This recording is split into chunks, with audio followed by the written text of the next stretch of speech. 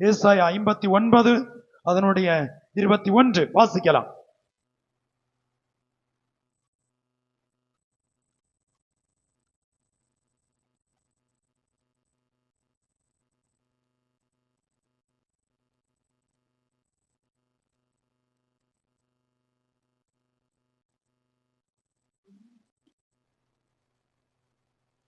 ஸ்தோத்திரம். கர்த்தருடைய பரிசுத்த நாமம் மகிமைப்படுவதாக. வேத புஸ்தகத்தில் நாம் வாசிக்கும் போது அதிலே அந்த வார்த்தை இவ்விதமாய் சொல்லுகிறது. வாசிக்கலாம். உன்மேல் இருக்கிற என் ஆவியும் நான் உன் வாயில் அருளிய உன் வார்த்தைகளும் இது முதல் என்றென்றைக்கும் வாயிலிருந்தும் என்று கர்த்தர் சொல்லுகிறார். ஆதியாகமம் 18ஆம் அதிகாரம் 18, 19 ஆகிய வேத வசனத்தை வாசிக்கலாம்.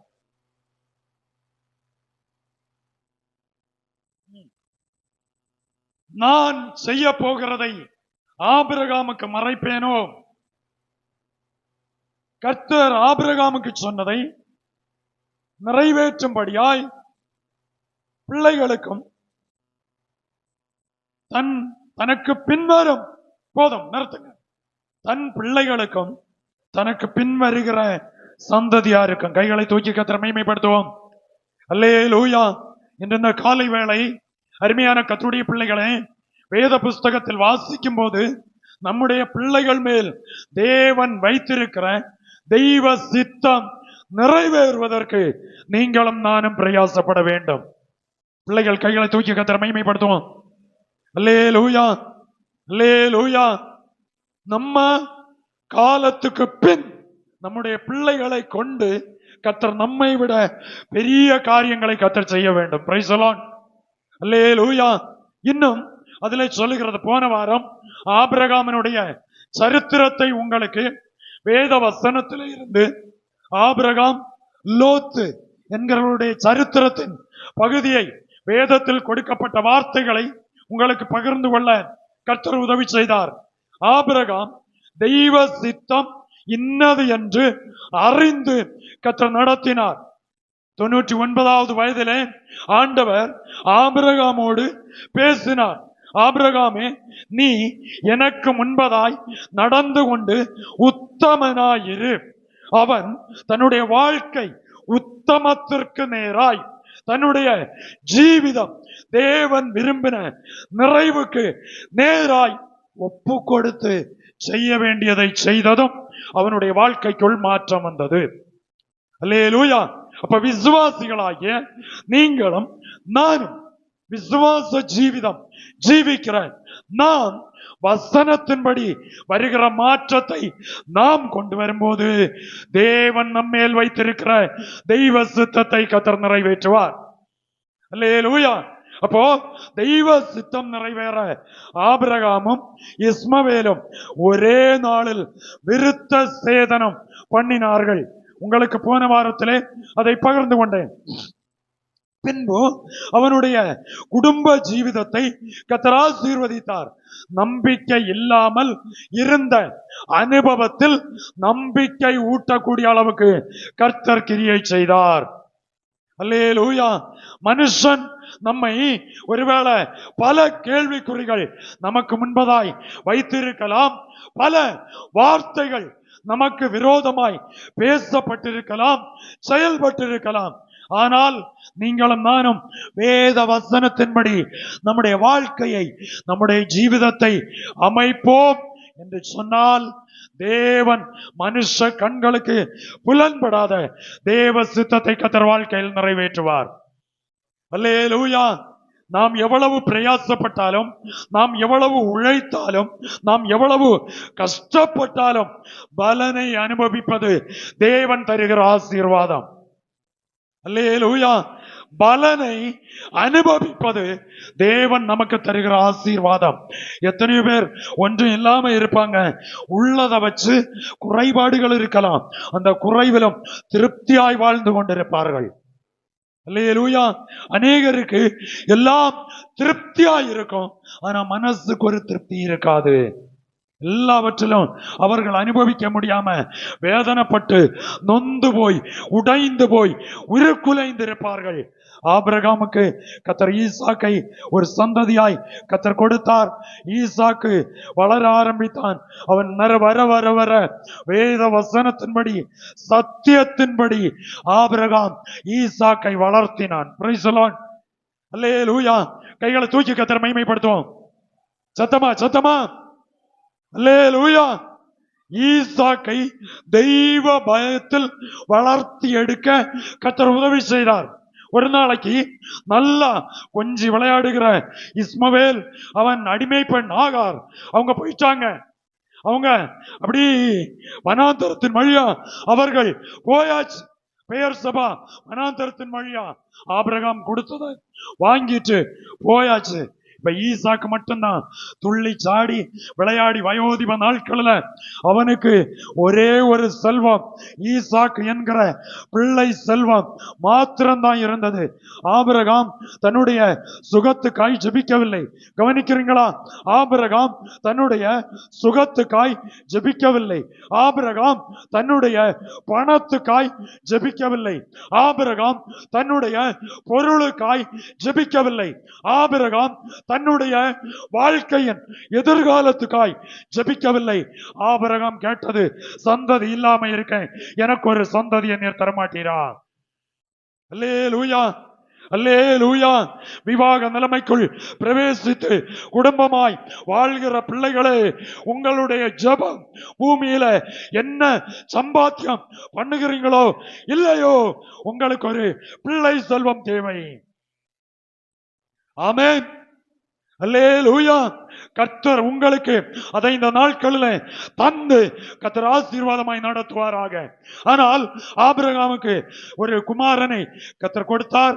நல்ல ஐக்கியமா சந்தோஷமா அம்மாவும் அப்பாவும் பிள்ளையுமா தூர இருந்து பார்த்தா தாத்தா பாட்டி பேரனுக்கு பிள்ளைக்கு பருவாச்சு.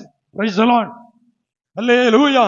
ஆனா ஒரு நாளைக்கு ஆண்டவர் அவங்கிட்ட பேசுறாரு, ஆபிரகாமே, நீ நான் உனக்கு ஏக சுதன், ஒரே ஒரு செல்ல பிள்ளை, அந்த பிள்ளையை நீ எனக்காக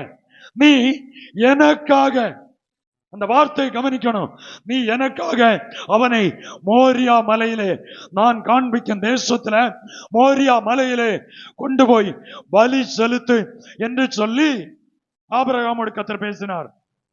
இதை கேட்ட வேளையில அவனுடைய எண்ணத்திலேயோ அவனுடைய பேச்சிலேயோ இருதய அளவிலேயோ உதட்டு அளவிலேயோ ஒரு மாற்றமும் வரல.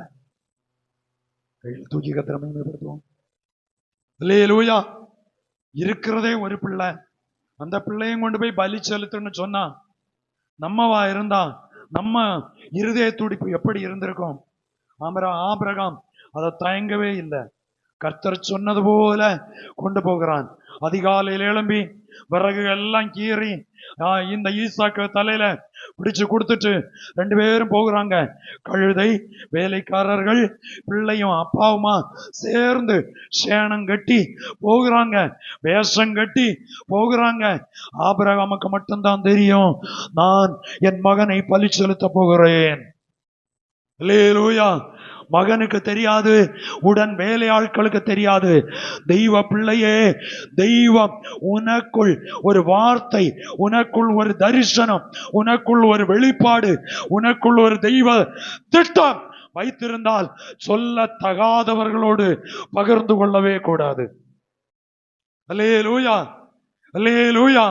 அவங்க போகிறாங்க, போய் தூரத்துல போயாச்சு. போயிட்டு ஒரு குறிப்பிட்ட தூரம் வந்ததும் ஆபிரகாம் சொல்றான் வேலைக்காரர்களோடு, நீங்கள் இங்க நின்று கொள்ளுங்கள், நானும் பிள்ளையாண்டானும் போய் பலி செலுத்திட்டு என்ன செய்வோம், திருப்பி வருவோம்.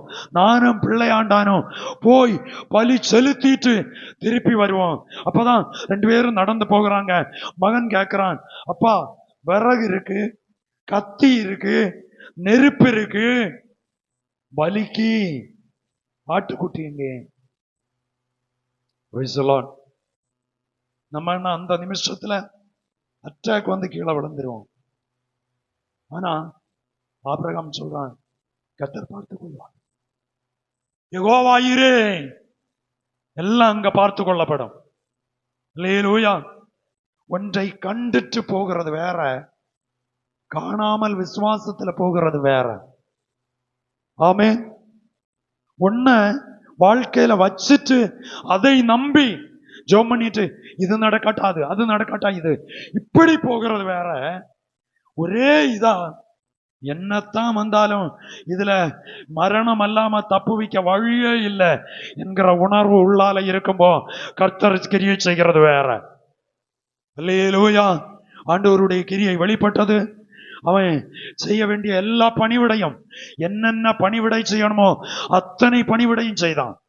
பிள்ளைய பிடிச்ச கையை கட்டி காலை கட்டி விறகெல்லாம் அடுக்கிட்டு தூக்கி படுக்க வச்சுட்டு கத்தி எடுத்து ஓங்கின அந்த செகண்ட் வரை கர்த்தர் பொறுமையோட இருந்தார். Praise the Lord.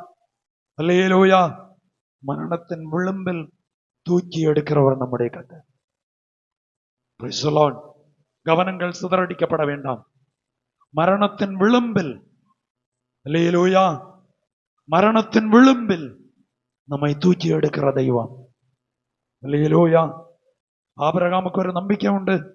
By chance இந்த பிள்ளை இறந்து போனா கூட, நான் பலி செலுத்தினால் கூட எனக்கு பிள்ளைகளை திறக்க தர வல்லவர். அல்லேலூயா. நம்பிக்கை இருந்து இல்ல வெளிநாட்டுல போய் வேலை செய்தது, கர்த்தர் நம்மை நடத்தினதுனால. ஆமென். அல்லேலூயா. வெள்ளிக்கிழமை காலையில செய்தியை பார்க்கும்போது நான் சொன்னேன், அன்னை பிரேயர்ல உபாச ஜெபத்துல, விமானம் எதிரே வந்த ஒரு ஹெலிகாப்டர், ராணுவ ஹெலிகாப்டர் நேருக்கு நேர் மோதினது. அதுக்குள்ளால இருந்த அத்தனை பேரும் அப்படியே மாண்டு போனார்கள். Price the Lord. ஒரு தீ பிடிச்சு ஆற்றுல விழுந்து எல்லாம் போச்சு. என்ன நடந்து எது நடந்ததுன்னு யாருக்குமே தெரியல. எத்தனையோ நுட்பங்கள், தொழில்நுட்பங்கள் இருக்கிறது, எத்தனையோ பாதுகாப்பு கருவிகள் இருக்கிறது, எத்தனையோ இயற்கையின் சீற்றத்தை அறியக்கூடிய தன்மை அதற்குள்ள இருக்கிறது. எவ்வளவு உயரத்தில் போகிறோம், எந்த காலநிலையில் போகிறோம், எல்லாவற்றையும் அறிவதற்குரிய நவீனம் இருந்து, நவீனத்தினால் உங்களுடைய ஜீவனை என்னுடைய ஜீவனையும் பாதுகாக்கவே முடியாது. அல்லேலூயா. இந்த டிசம்பர் ஜனவரிக்குள்ள எத்தனையோ விமான ஆபத்துக்கள் நடைபெற்று கொண்டிருக்கிறது. தெய்வ பிள்ளையே, பூமியில போனா அதுல பாதுகாப்பு கிடையாது, சைக்கிள்ல போனா பாதுகாப்பு இல்ல, பைக்ல போனா பாதுகாப்பு இல்ல, வாகனத்துல போனா பாதுகாப்பு கிடையாது, ட்ரெயின்ல போனா பாதுகாப்பு இல்ல, விமானத்திலையும் பாதுகாப்பு இல்ல. பாதுகாப்பு எங்கே? தெய்வ பயமுள்ளவர்களை தம்முடைய கூடார மறைவிலை வைத்து அவர் பாதுகாக்கிறார். அல்லேலூயா. தெய்வ பயமுள்ள பிள்ளைகளை, தெய்வத்துக்காக ஜீவிக்கிற பிள்ளைகளை பாதுகாத்து பராமரித்து கர்த்தர் நடத்துகிறார். அதில் சொல்லுகிறது, அவன் அந்த கடாயை பிடிச்சு முட்புதரில் சிக்கி இருந்ததை பிடிச்சு பலி செலுத்திட்டு திருப்பி வருகிறான். திருப்பி வந்து சந்தோஷமா வந்தாங்க. ஈசாக்கு இதை காண்கிறான். என்னுடைய கையை கட்டினாரு, என்னுடைய காலை கட்டினாரு, நான் பார்த்துட்டு இருக்கும் போதே கத்தி எடுத்து வாங்கினாரு. ஆனா இதெல்லாம் நடந்த பிறகு அதுக்கு முன்ன நடந்தது ஒன்று, பின்னால நடந்தது ஒன்று. Praise the Lord. அல்லேலூயா. முன்ன நடக்கிறத பார்க்காதீங்க, இனி பின்னால நடக்க போகிறத, பின்னால தெய்வம் கொண்டு போக வேண்டிய விதத்தை பார்த்து கர்த்தருக்குள் சந்தோஷமாயிருங்க. அல்லேலூயா. அல்லேலூயா. போனதையே சொல்லி சொல்லி வேதனைப்பட்டு இருக்கிறத விட இனி கர்த்தர் நடத்துகிற பாதையை ஒன்று கண்டு உணர்ந்து தெய்வ சமூகத்தில் ஜெபிப்போம். Praise the Lord. அல்லேலூயா. அதுல சொல்லுகிறது, திருப்பி வந்தாங்க, சந்தோஷமா இருந்தாங்க, கர்த்தரால் ஆசீர்வதிக்கப்பட்டான். 26ஆம் அதிகாரம் அதனுடைய 5வது வேத வசனத்தை வாசிக்கும் போது ஒன்று வாசிக்கலாம். ஆதியாகமம் 26:1. பெரிய பண்ணி சந்ததிக்கு இந்த தேசங்கள் யாவையும் தருவேன், இந்த தேசத்தை எல்லாம் உன் பிள்ளைகளுக்கு கொடுப்பேன். Price the Lord. ஆண்டவர் ஒரு முறை அவனுக்கு ஒரு வாக்குத்தத்தம் சொன்னார், தெரியுமா? நீ கால் வைக்கும் தேசம் எல்லாம் உனக்கு தரும். அல்லேலூயா, அல்லேலூயா. கைகளை தூக்கி சத்தமா இன்னும் வரட்டும், சத்தம் இன்னும் வரட்டும். பிள்ளைகள் சொல்லுங்க. சிலரு தூக்கம் இது ஒரு கலை இல்லை, எழுப்பி விடாம இருந்தா எப்படி? சொல்லலாம். அல்லேலூயா, அல்லேலூயா. இந்த அனுபவத்தை ஒண்ணு யோசிச்சு பாருங்க. இப்படிப்பட்ட அனுபவத்துல எத்தனை பேரை கர்த்தர் பாதுகாத்தாரு? எத்தனை பேருக்கு தைரியமா சொல்ல முடியும்? ஆமென். அதெல்லாம் வாழ்ந்திருக்கும்னு அவரவர் நீங்க உங்களை சொல்லுங்க. வாழ்ந்திருக்கும்னு சொல்லி ஒரு நிமிஷம் ஒரு செகண்ட் கூட இருக்குன்னு நம்பிக்கையே இல்லை. சொன்னதையே சொல்லிட்டு இருக்கேன்னு நினைக்காதீங்க. நடந்து வந்த பாதைகள் அப்படிப்பட்ட சூழ்நிலைகளா இருந்தது. Price the Lord. ஆனா இன்னைக்கும் ஆண்டவர் எவ்வளவு பலனோட வச்சிருக்கிறாருன்னா, ஆபிரகாமுக்கு செய்தவர் நமக்கும் செய்ய அவர் வல்லவராயிருக்கிறார். அல்லேலூயா. அவன் கூட வந்தானே இனி ஒருத்தன். போன வாரம் அதைத்தான் கொஞ்சம் பேசி முடிச்சேன். அதை ஒன்னையும் கூட சொல்லி அந்த வித்தியாசத்தை உங்களுக்கு எடுத்து சொல்லிட்டு வார்த்தையை சுருக்குகிறேன். 5 நிமிஷத்துல முடிப்பேன். லோத்து கூட வந்தான். ஆபிரகாம் தெய்வ சமூகத்தில் நின்று கொண்டிருக்கிறான். சோதோம் கோமார் அவனுடைய கூக்குரல் அங்க வருகிறது, தெய்வ சமூகத்தில் எட்டுகிறது. ஆண்டவர் உடனே சொல்றார், நான் போய் பார்த்து அதை அறிஞ்சு அங்க செய்ய வேண்டியதை செய்வேன். இப்படியெல்லாம் சொன்ன வேளையில உடனே தான் ஆபிரகாமுக்கு அது உணர்வு வருகிறது. என்னுடைய சகோதரன் அல்லவா, என் கூட வந்தவன் அல்லவா, அவன் செழிப்புள்ள தேசம் பார்த்து போனான், அவன் உலகத்தை பார்த்து போனான், இம்மைக்குரியதை பார்த்து போனான், நல்ல ஆசீர்வாதமான இடத்துல இருந்தான், பச்சை பசேல் என்கிற இடத்துல இருந்தான், நல்ல நீர்வளம் பொருந்தின இடத்துல இருந்தான். ஆபிரகாமுக்கு வனாந்தரம், லோத்துக்கு நீர்வளம் பொருந்தின இடம். இப்படி இருக்கவே பைபிள் சொல்லுகிறது.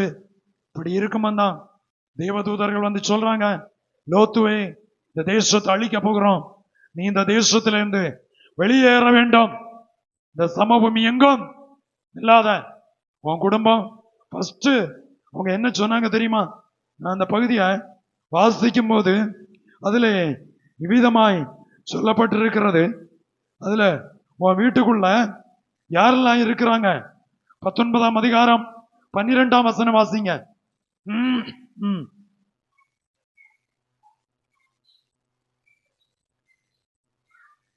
யார் இருக்கிறார்கள்? மருமகனாவது, குமாரராவது, குமாரத்தியாவது உனக்குரிய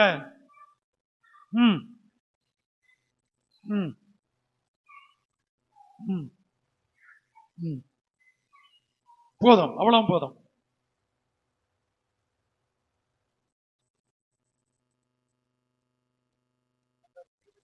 அந்த சைடு கேட்டு திறந்திருந்தா பூட்டி போடணும். அந்த கேட்டு கீழே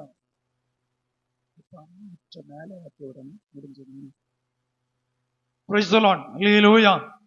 கவனிங்க, சின்ன பிள்ளைகள் பொம்மை கொஞ்சம் கவனிக்கணும். அங்க இன்னும் கொஞ்சம் வேலைகள் ஏற்கனவே செய்திருக்கிறோம், ஆனாலும் கவனிக்கணும். கவனிங்க, தேவதூதன், தேவனுக்கு உண்மை சம்பவம் தெரியுமா தெரியாதா? தெரியும். தேவதூதர்களுக்கு தெரியுமா? தெரியும். லோத்துக்கு வீட்டுல வந்து என்ன பேசுறாங்க? உண்மை, உனக்கு இந்த ஏரியாவில் யாரெல்லாம் உண்டோ எல்லாம், அவனுக்கு உள்ளது 2 குமாரத்திகள், அம்மா அப்பா 2 பிள்ளைகள், 2 பெண் பிள்ளைகள். சொல்றாங்க, மருமகனாவது, பிள்ளைகளுக்கு சம்பந்தம் எல்லாம் பார்த்து உறப்பிச்சாச்சு. ஜீவிதம் ஆபிரகாமுக்கு பின்னால உள்ள ஜீவிதம், கர்த்தருக்கு பின்னால அல்ல, புரிந்து கொள்ளணும். ஆபிரகாமுக்கு பின்னால வந்து அப்படி உலகத்தை சார்ந்த தெய்வமே சோத்திரன்னு கையடிச்சு போன கூட்டமாக்காது. பிரைஸ் தி லார்ட், அல்லேலூயா. சம்பந்தம் எல்லாம் உறப்பிச்சாச்சு பிள்ளைகளுக்கு, ஆனா கல்யாணம் நடக்கல, உறப்பிச்சாச்சு. இப்போ மருமகனோட பேசுறான், டேய் இந்த தேசம் அழிய போகுது, நீங்க எல்லாம் ரட்சப்படணும்னா எங்க கூட வாருங்க, ரட்சப்படலாம். அப்ப அவர்களுக்கு அது எப்படியா தோன்றிச்சான்? பரியாசம் பண்ணுகிறது போல தோன்றினது. அல்லேலூயா, அல்லேலூயா.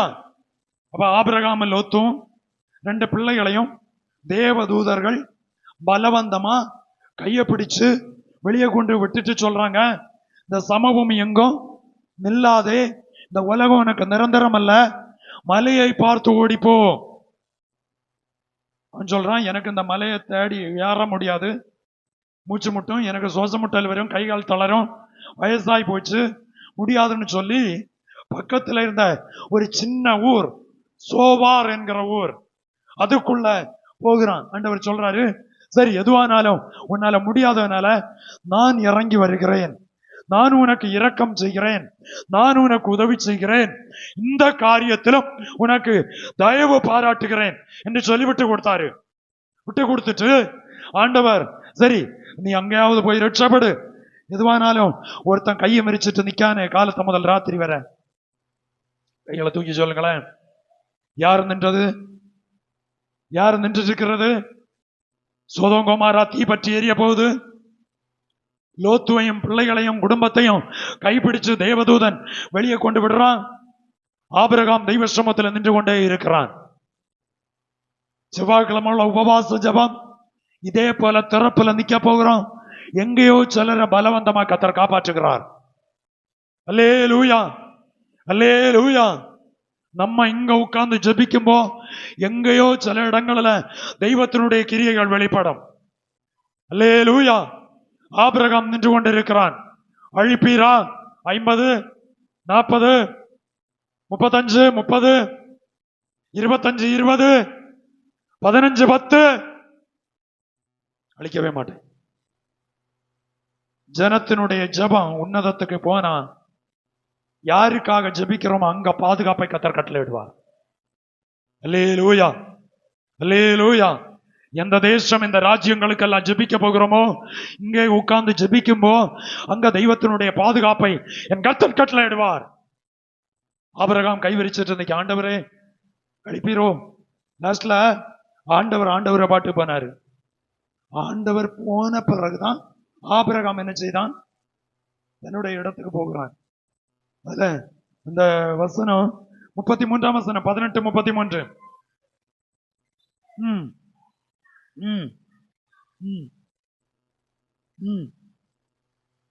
27ஆம் வசனம் 19. விடியற் காலத்தில் எழுந்து போய்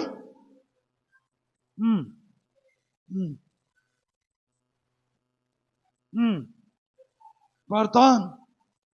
போய் எழும்பிச்சு. அதோட நிறுத்துங்க. அடுத்த சென்டென்ஸ் சொல்லுகிறது,